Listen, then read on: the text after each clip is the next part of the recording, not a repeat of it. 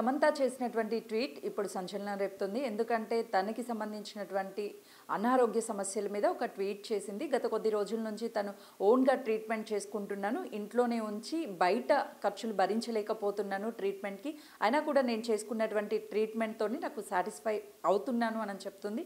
అయితే ఇప్పుడు అలోపతిలో ఇప్పుడు అది పెద్ద సంచలనంగా మారింది. ఎందుకంటే అలోపతిని ఉద్దేశించి మాట్లాడిందని కొంతమంది డాక్టర్లు ఎదురు దాడి చేస్తున్నటువంటి పరిస్థితి ఉంది. ఇప్పుడు ప్రస్తుతం మనతో పాటు పల్మనాలజిస్ట్, అదేవిధంగా ఎలర్జీ స్పెషలిస్ట్ డాక్టర్ వ్యాకరణ నాగేశ్వరరావు గారు ఉన్నారు. సార్ చెప్పండి సార్, అసలు సమంత ట్వీట్ని ఏ విధంగా చూడొచ్చు? తను చాలా క్లారిటీగా కొన్ని విషయాలు బోధపడ్డట్టు చెప్పింది. ఏమనందంటే, నాకున్న కండిషన్, అసలు వారికి ఉన్న కండిషన్ ఏమిటంటే 2021, 2022లో మయోసైటిస్ అనే కండిషన్ ఆటో ఇమ్యూన్ డిజార్డర్ అంటాం. It's an immunological disorder. ఇది మేము day in and day out చూస్తుంటాం. కరోనా వ్యాక్సిన్ తీసుకున్న తర్వాత ఆటో ఇమ్యూన్ డిజార్డర్స్ పెరిగినాయనే మాట వాస్తవం. ఆమె చెప్పిన దాంట్లో అబద్ధం ఏం లేదు.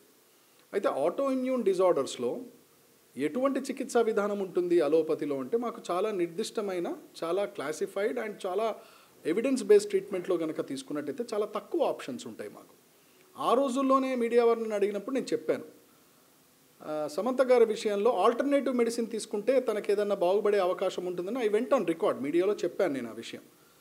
సో ఎందుకనంటే అలోపతి స్పెషలిస్ట్ నేను. అలోపతి స్పెషాలిటీలో ట్రీట్మెంట్ దీనికి అంతగా ఉంటుందా ఉండదా అంటే వీ కాంట్ సే. కాబట్టి అదే విషయం తను ప్రస్తావిస్తూ, నేను ఆల్టర్నేటివ్ ట్రీట్మెంట్ తీసుకున్నాను, ఆల్టర్నేటివ్ ట్రీట్మెంట్ తీసుకున్న తర్వాత నాకు రెస్పాన్స్ చక్కగా ఉంది. ఆ రెస్పాన్స్ ఏమిటంటే, నేను దీర్ఘకాలంగా ఈ కట్టల డబ్బులు కట్టలేక ఇవన్నీ ఇబ్బందులు పడేవారులాగా నాలాగా చికిత్సా విధానం ఎవరికైనా అవసరం ఉంటుందేమో అనే ఉద్దేశంతో ఈ alternative medicine treatment hydrogen peroxide మీద తను ట్రీట్ చేయడం జరిగింది. తను మాట్లాడుతూ చాలా క్లియర్గా చెప్పింది, ఇదే ట్రీట్మెంట్ ప్రపంచంలో ఇంకా వేరే ట్రీట్మెంట్ తీసుకోకర్లేదన్న మాట అనలేదు అక్కడ. తను అన్నది, నేను తీసుకున్న ట్రీట్మెంట్ ఇది, నాకు చక్కగా ఉంది అని తన అభిప్రాయాన్ని తను వ్యక్తపరిచింది. I think that's a fair comment. అయితే చాలామందికి ఇదేంటి, ఒక సెలబ్రిటీ ఏమండి ఈ కామెంట్ చెప్పారు అనే భావన ఉంది. అది సార్ ఎగ్జాక్ట్లీ, ఎందుకంటే ఒక సెలబ్రిటీ దేని గురించి అయినా సరే చెప్పినప్పుడు పబ్లిక్ ఎవరైతే ఉంటారో వాళ్ళు తొందరగా అది చేయడానికే ప్రయత్నిస్తారు. ఎందుకంటే చాలామంది యాడ్స్ ఇస్తూ ఉంటారు, అది చూసి కొనుక్కోవడం, లేకపోతే అందంగా తయారవ్వాలంటే ఇవి వాడండి అని ప్రొడక్ట్స్ గురించి ప్రమోషన్స్ ఇస్తూ ఉంటారు. ఇప్పుడు సేమ్ ఇదే బయట పబ్లిక్ ఎవరైనా చేస్తే దానివల్ల ఏమన్నా నష్టాలు కలిగే అవకాశం ఉంటుందా వాళ్ళకి? ఇక్కడ ఎలా ఉంటుందంటే అండి,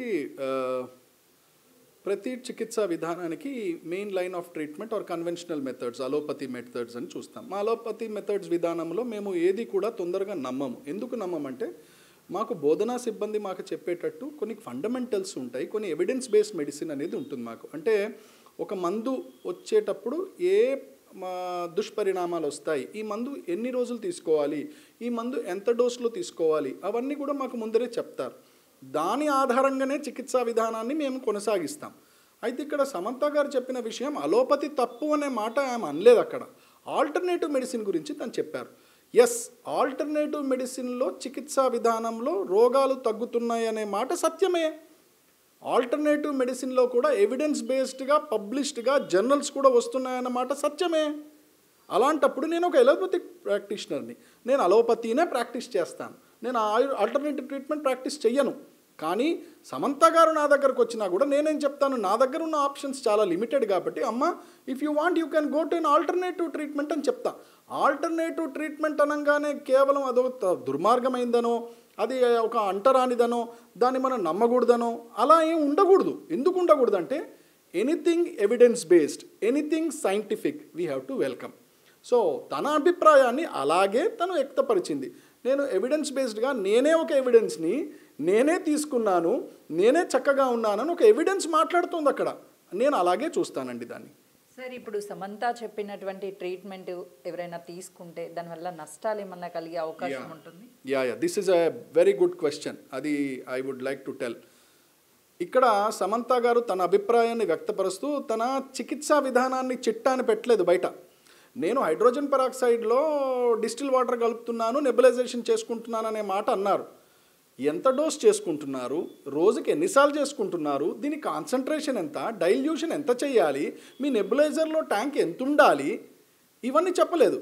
సో ఇది ఒక ఎలా ఉందనంటే పిల్లలకి చాక్లెట్ ఇస్తాను రమ్మని చెప్పి చేతులు వెనకాల పెట్టుకున్నట్టుంది. సో తను ఇంకా అవన్నీ చెప్పలేదు కాబట్టి మనం దాని మీద కామెంట్ కూడా చేయలేం. తెలియకుండా వెళ్ళి వెంటనే నెబులైజేషన్ హైడ్రోజన్ పెరాక్సైడ్ దుకాణాల్లో దొరుకుతుంది కదా అని తీసుకొని పెట్టుకుంటే తప్పకుండా ప్రమాదం జరిగే అవకాశం ఉంటుంది. ఒక అలోపతి వైద్యుల్లాగా హెచ్చరిస్తున్నాం. దానికి ఒక డోసేజ్ ఉంది. ఆల్టర్నేటివ్ మెడిసిన్లో హైడ్రోజన్ పెరాక్సైడ్ యూస్ చేసిన ఘటనలు ఎవిడెన్స్ బేస్డ్గా కొన్ని ఉన్నాయి. దానికి కొన్ని పర్సంటేజ్ ఉంటుంది. ఆ పర్సంటేజ్ని డైల్యూట్ చేసుకోవాలి. ఇవన్నీ తను ఎక్కడ చెప్పలేదు కాబట్టి మీరు ఒక ఆల్టర్నేటివ్ మెడిసిన్ తీసుకోవాలని అనుకుంటే ఆల్టర్నేటివ్ స్పెషలిస్ట్ని ఒక వైద్యుడిని సంప్రదించాలి. సమంత గారు చెప్పారు కదా, నేను ఏమైనా ఆరాధ్య దేవతలాగా కొలుస్తాను, ఆమె పెట్టుకోమంది కాబట్టి నేను పెట్టుకుంటానంటే రేపు పొద్దున్న లేవకపోవచ్చు, ఉస్మానియా మార్చరీకి వెళ్ళవచ్చు. సో అందుకని ఇట్లాంటివి మీరు ప్రమాదమైన పరిస్థితి చేయదు. ఇంకోటి కూడా ఒక పల్మనాలజిస్ట్గా, ఒక ఎలర్జీ సూపర్ స్పెషలిస్ట్గా నేను చెప్తున్నాను. Yes, I appreciate Samantha.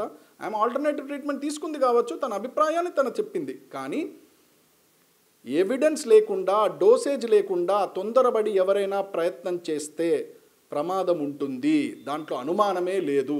జాగ్రత్తగా ఎవరైతే నిష్ణాతులు ఉన్నారో ఆయుష్ విభాగం వారు ఈ ఆల్టర్నేటివ్ మెడిసిన్కి చెప్తారు. ఆయుష్ విభాగం అనేది కేంద్ర ప్రభుత్వంలో ఆరోగ్య విభాగంలో 3,900 కోట్ల రూపాయల బడ్జెట్లు వేసుకొని కూర్చున్న, పీటేసుకొని కూర్చున్న ఒక సంస్థ. వాళ్ళు చెప్పాలి. ఇప్పుడు మేము అదే అడుగుతున్నాం, మీరు సమాధానం ఇవ్వండి. సమంత గారు చెప్పారు కదా బాగుపడ్డామని. ఇట్లాంటి లక్షల మంది సమంతాలు మంచిగా ఉంది అని చెప్తేనే కదా మా అలోపతిలో మీరు చెప్పేది. సో ఇక్కడ ఒక ఎవిడెన్స్ మాట్లాడుతుంది. ఆమె పేరు సమంత. మరి ఆమె చెప్పిన దానికి మీ స్పందన ఏమిటి? మీ దగ్గర అట్లాంటి వాళ్ళు చాలామంది ఉన్నారా? అది ఎవరు చెప్పాలి? వ్యాకరణం నాగేశ్వరో, సోమేశ్వరో, రాగేశ్వరో కాదు. చెప్పాల్సింది కేంద్ర ప్రభుత్వం ఆయుష్ విభాగం. ఆయుష్ విభాగం వారు ఎలా ఉంటుందంటే కుంభకర్ణుని నిద్రపోతుంటారు. వాళ్ళు జనరల్గా దేవరు, జనరల్గా మాట్లాడరు. మరి ఆ విభాగం ఏం చేస్తుంది? ఎందుకు స్పందన ఇవ్వలేదు? ప్రజలకి క్లారిటీ ఇవ్వాల్సిన బాధ్యత ప్రభుత్వానికి ఉంటుంది.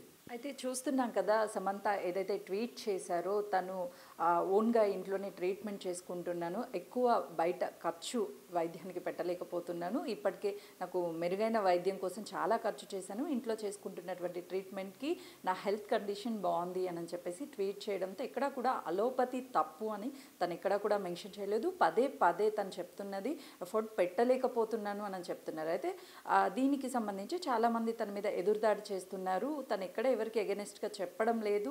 అలా అని తను చేసుకున్నటువంటి ఏదైతే ట్రీట్మెంట్ ఉందో ఎంత మోతాదులో తీసుకోవాలి, ఎలా చేయాలి అని కూడా ఇక్కడ మెన్షన్ చెయ్యలేదు. సో అలాంటి వైద్యాన్ని తక్కువ ఖర్చుతో ప్రజలకి కానీ అందించగలిగేటట్టు అటు సెంట్రల్ గవర్నమెంట్ కానీ మాకు అవకాశం కల్పిస్తే ఖచ్చితంగా కూడా అలోపతికి సంబంధించినటువంటి డాక్టర్గా అయినటువంటి పల్మనాలజిస్ట్, అదేవిధంగా అలర్జీ సూపర్ స్పెషాలజిస్ట్ అయినటువంటి వ్యాకరణం నాగేశ్వరరావు గారు మేము కూడా సిద్ధంగా ఉన్నాము నేర్చుకోవడానికి అని చెప్పేసి తను నిర్మోహమాటంగా చెప్తున్నటువంటి పరిస్థితి ఉంది. కెమెరామెన్ లక్ష్మీకాంత్తో Sujatha, Hyderabad. For more videos like this, subscribe Big TV channel.